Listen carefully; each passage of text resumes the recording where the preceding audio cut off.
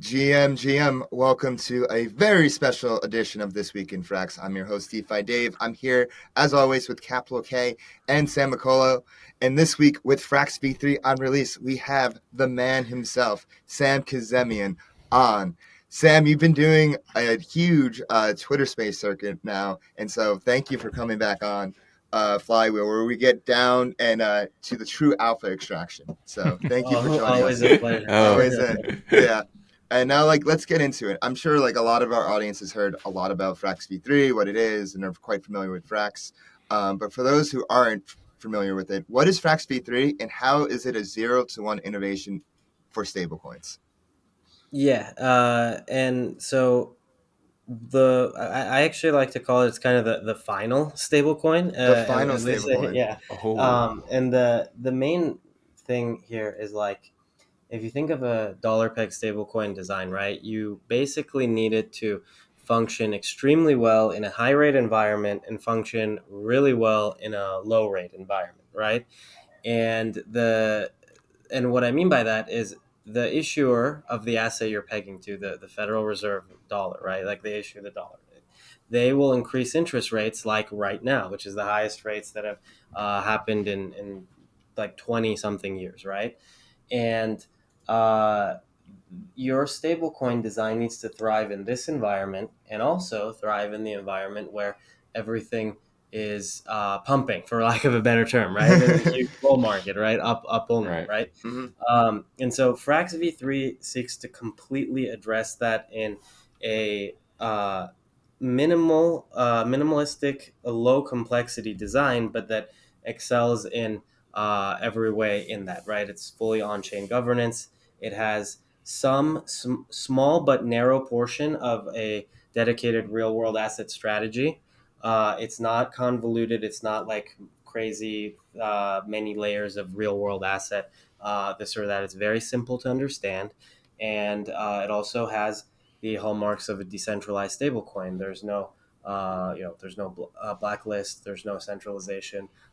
There's on-chain collateral. There's protocol-owned liquidity. Those programmatic contracts we call AMOs deploy liquidity on Curve, on lending markets like Frax Lend, and everything else, right? So it's basically the final stablecoin is what I Mm-hmm. like to say, is that no matter what the market condition is, it should be able to thrive.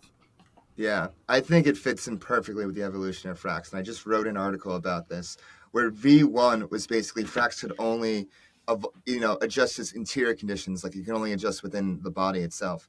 V2, it could only adjust with on-chain conditions.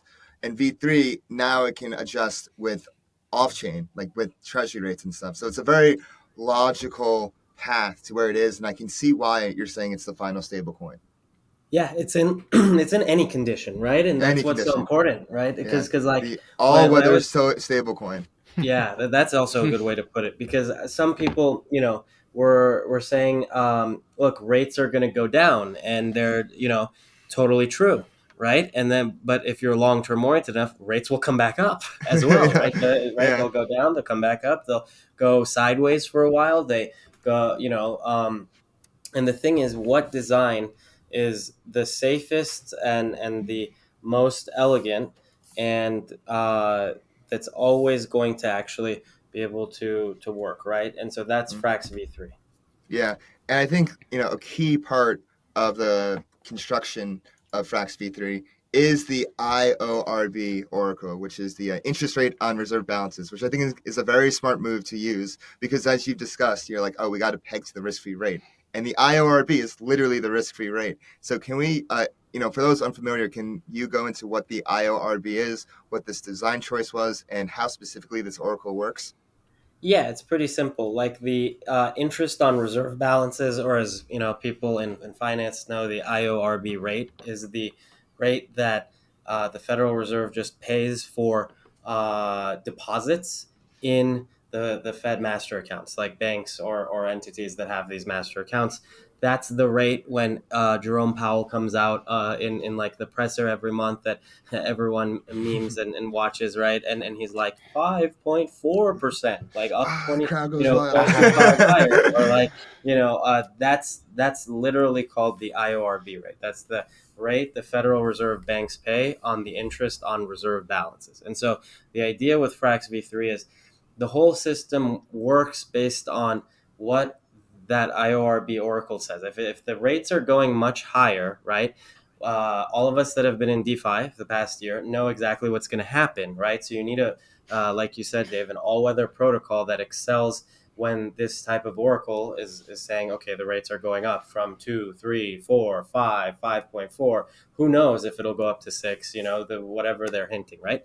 And so the idea is that as that goes higher, if your stablecoin does not have really any way to uh, track that IORB rate, right? What's going to happen is your stablecoin supply is going to get sucked out and liquidity is going to dry up. People are going to sell that stablecoin for either another stablecoin that gives something close to that rate in terms of risk adjusted, right? Like it has to be very, very low risk. Otherwise, risking some, third world country loans in the real world for 5.4% is not going to cut it, right? So Mm. you want to be able to give that rate to people that hold your stable coin, because the Federal Reserve is giving that rate to people who hold dollars. Very simple idea, right? Mhm. And so that's why that has to be on chain. I think to my knowledge, Frax is like the only stablecoin that's basically said, look, the functioning of the system requires having an IORB Oracle, like just knowing what that rate is. What is the issuer of the dollar, the thing you're pegging to, actually paying for people to just hold it, right? And so our real world asset strategy is super simple. It's not expanding to emerging economies or taking risks for profit and these kinds of things. It's just there's a there's a staking vault called the sFRAX vault, staked Frax. You stake your Frax stable coins in there, and the Frax protocol and the AMOs and also the real world asset partners and custodians try their best. Obviously, it's not a legal guarantee because it's a decentralized protocol and DAO, but they try their best to get the IORB rate at the lowest risk possible, something very, very close. People in finance call it cash equivalents, right? Whether they're short dated T bills, they're reverse repurchase contracts, or you guys know on this podcast better than most is our final goal is to have direct partnership and get a Federal Reserve master account, so we could actually just straight up deposit it into the literal thing that just issues the IORB rate. So we won't even need an oracle technically then, right? It's just you Mhm. once that rate is not non-zero, you just offer it based on the amount of staked Frax deposited in that vault, right? But until then, right, we have a very simple real world asset strategy, very low risk assets that are close to the IORB rate, and obviously all of those asset mixes and custodian partners have to pass governance. The first one is FinresPBC. It's a public benefit corporation we put up that has relationships with banks, with brokers, with the other fiat stablecoins. The ability to actually hold T bills and these kinds of assets is cash equivalent assets. There's other custodians and partners that are already talking to us. And like, for example, Ondo actually signed a deal with FinresPBC, which even though Ooh. technically the Oh. partner is FinresPBC that has a relationship with Ondo, right? Because Ondo offers these tokens in a highly regulated environment, so they have to only interact with an entity.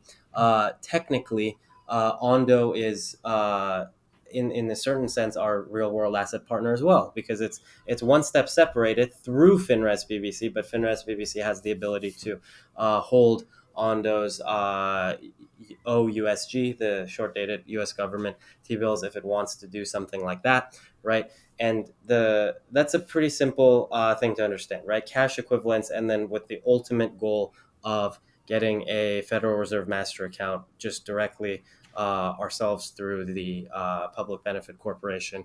Obviously, again, once there's regulatory clarity, once there's Stablecoin Act passed, and once basically this kind of storm dies out, if you will, right? Like Yeah. first, for example, the FTX trial needs to get out of people's minds, right? It just started Yeah. today. Mm-hmm. Like I can't look away, but Yeah. like that has to It's happening down the fully. street.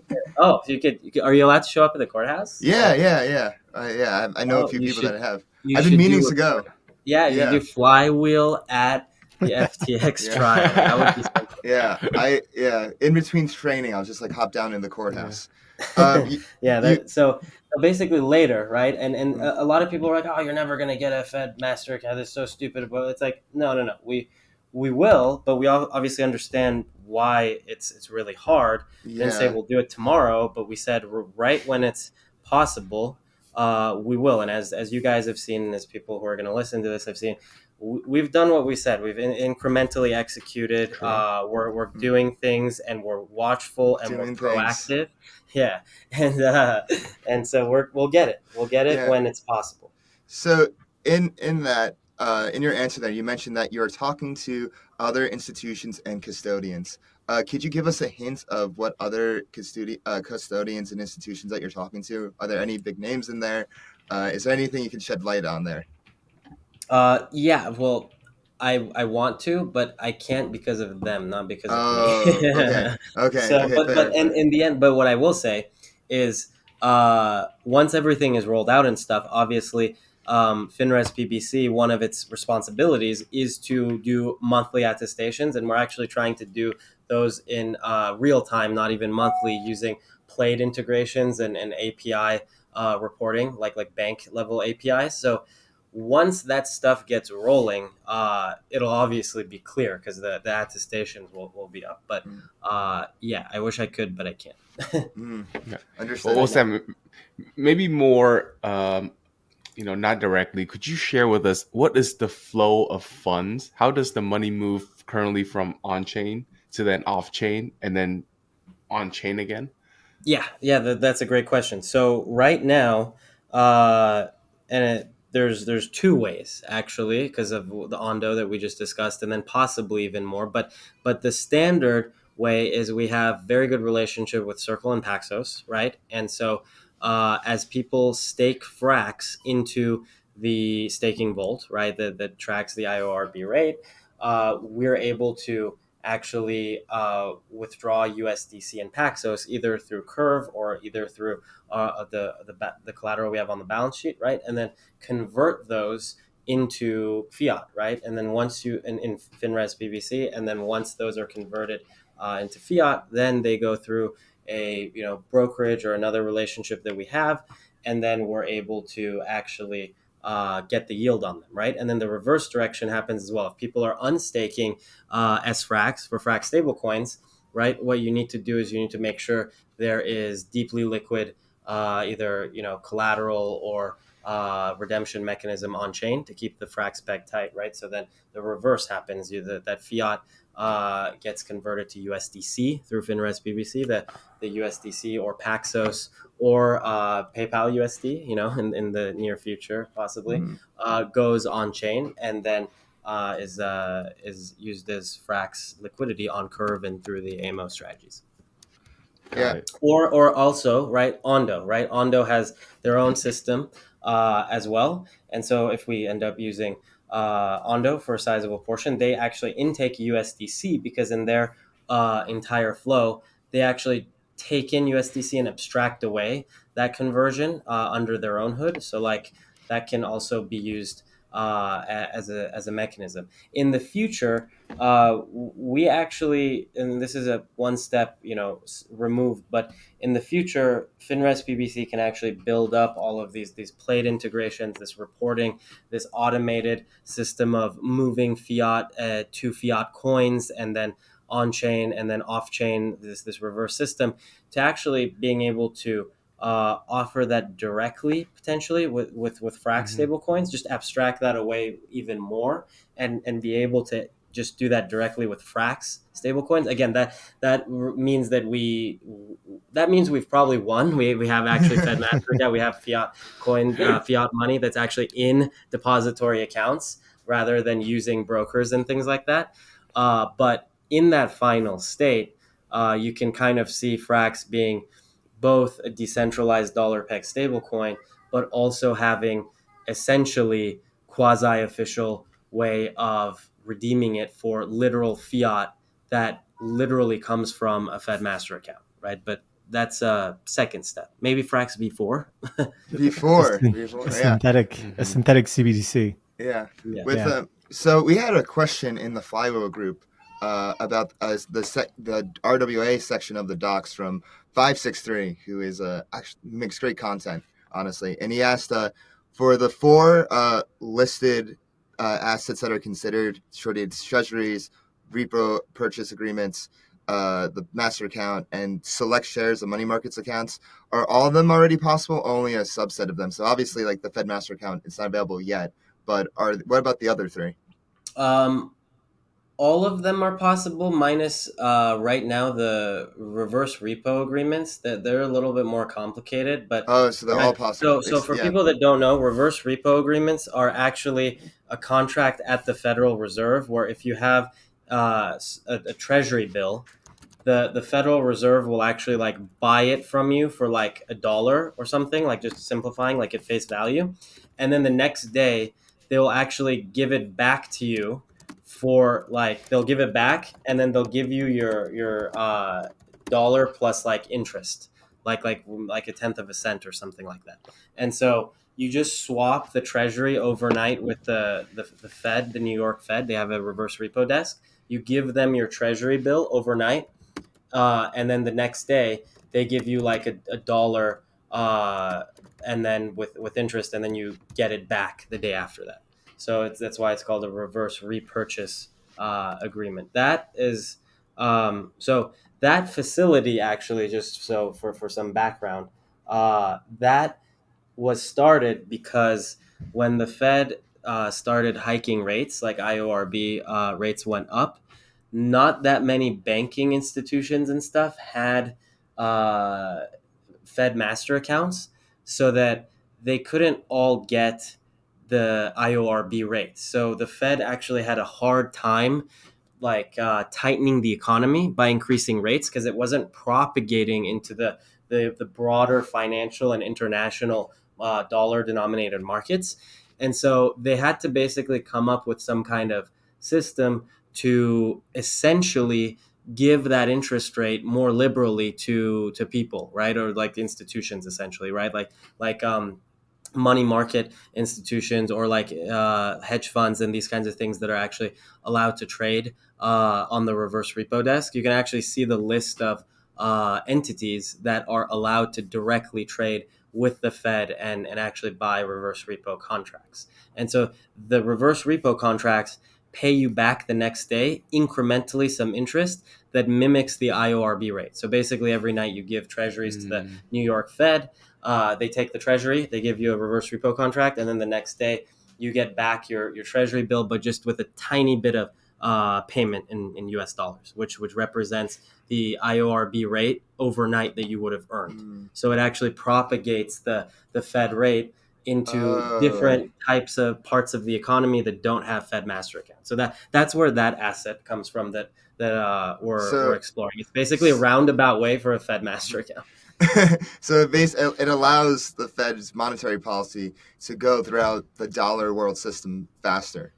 Basically. Exactly, and it was actually started because it was hard for the Fed to do tightening very quickly because it wasn't actually propagating, the interest rate hikes weren't propagating fast enough. Got it. Now let's get back to Frax.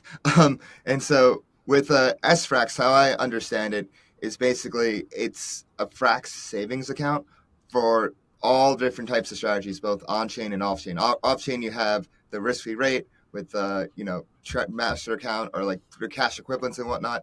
But then also, if things ramp up on-chain, you're able to deploy in safer strategies on-chain. So can we go into like how sFRAX works and also how Frax bonds work and like what the differences between them?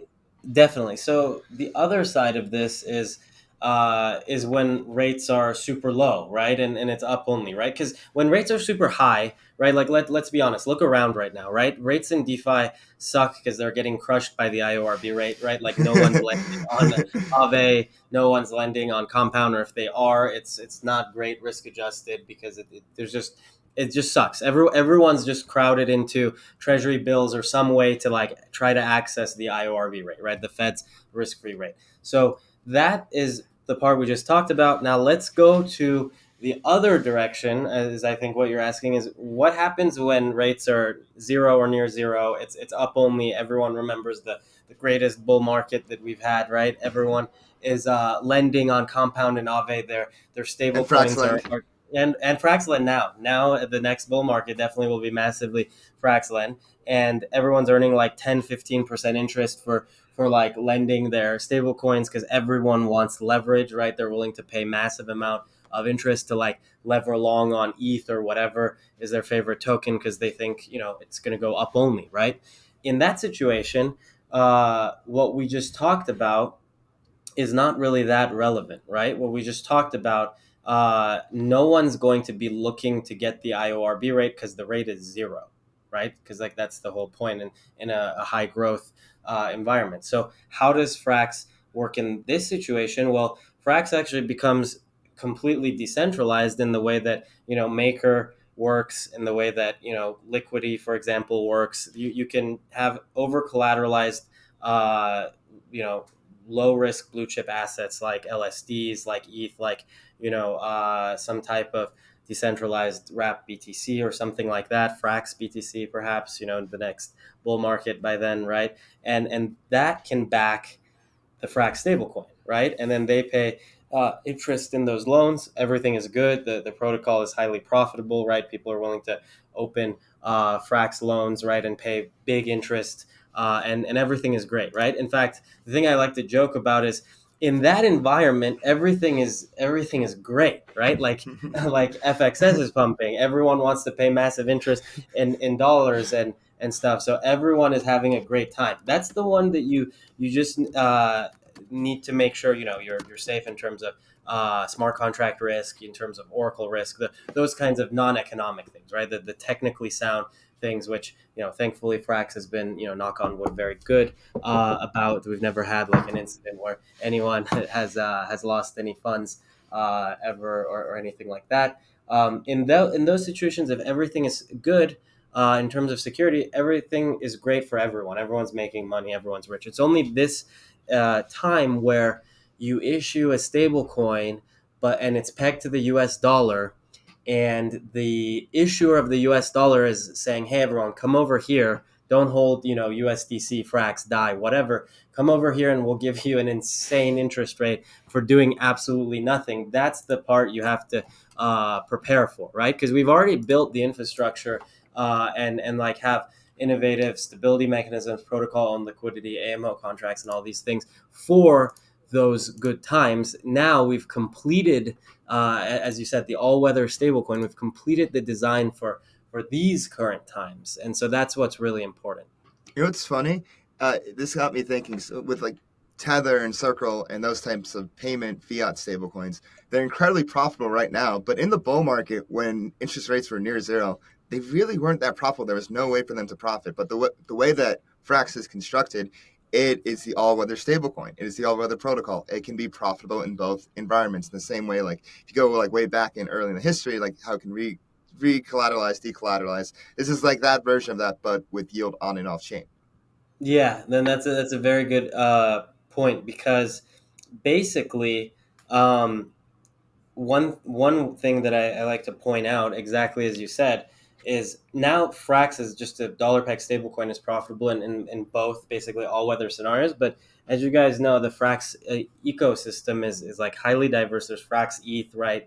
We've built Fraxlend, FraxSwap, and all these things. But and then obviously soon to come Fraxchain, which is maybe even a entire Flywheel episode by itself. But we have the innovation and the protocols, and now I call these sub protocols because sub DAOs are pretty trendy in terms of names. But these sub protocols to be even more lucrative during a bull market, right? Because think about it, Ethereum gas fees, right? When people were paying $25 to transfer an ERC20 token during the bull market, and they were happily doing that because they were making so much even more money, right? Ethereum itself, as for like the burn EIP 1559, was insanely profitable, right? During a bull market, they just print money, right? And so Frax as an ecosystem, right, prints money in a bull market. Now we've solved the problem of making sure we can print money during a high rate environment, which is very, very important. Yeah, I have one last question before we go. And this is about, you mentioned Fraxchain. And now with Frax V3 out, and you guys are coming out with so many other things as well, BAM, Frax V3 how will the Fraxchain architecture incorporate Frax V3 in mind? And what would be the value prop for users bridging to Fraxchain? Because there's so many rollups out there, they're offering incentives, this and that. But like, why should people bridge to Fraxchain? Yeah, so that's a great question, and obviously, we have a lot of stuff to announce, but some alpha is that Fraxchain won't work like any other rollup. Um, we have designed this, and it's not finalized. Otherwise, I would obviously talk about it today. But when it is finalized, I promise to talk about it on Flywheel first. But the basic of course the basic idea is that the block space market on a blockchain, right? There's never been any innovation, right? It's just some gas price, right? Whether the gas price is expensive in like Ethereum terms or like super super cheap in like Solana terms, it's never like it's never actually been innovated on, right? And pricing gas and incentivizing users and developers, right? I call them the supply side and the demand side, right? The demand side is users, right? That demand, cool things to do and like economic activity. And the supply side is the supply of good apps and smart contracts, right? Being able to properly match the supply side and the demand side based on the activity in block space, right? Basically, like rewarding each side, either users that call smart contracts and pay gas, or smart contracts that have a transaction trace, right? What they did, how much block space and gas the smart contract used that the user paid for, and getting incentivized for that has never been thought of, right? And so what we've done, we've kind of put on our stablecoin hats again, right? Trying to match supply and demand by making a system where you can basically earn multiple things.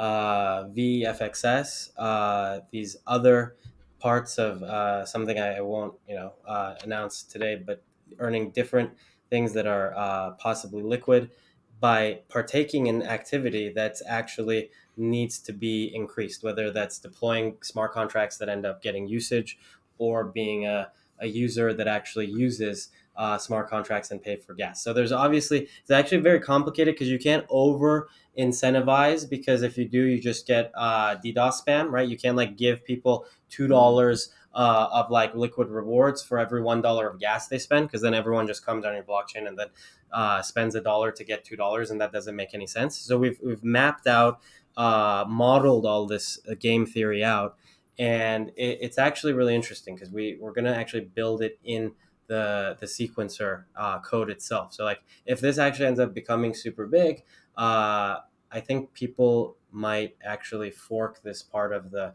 Fraxchain, node software into their own, chains, rollups, or something like that. It wouldn't be the first time. Definitely. Yeah. And with that, we made this one short and sweet. We just want to give people a taste of alpha, just a little bit. So Sam, thank you so much for coming on again. Always a pleasure, guys, yeah. and I'll be on Thank soon. you, my dude. Hopefully. Yeah. Of course. Take care. Bye. Thanks. Ciao. Peace. All right.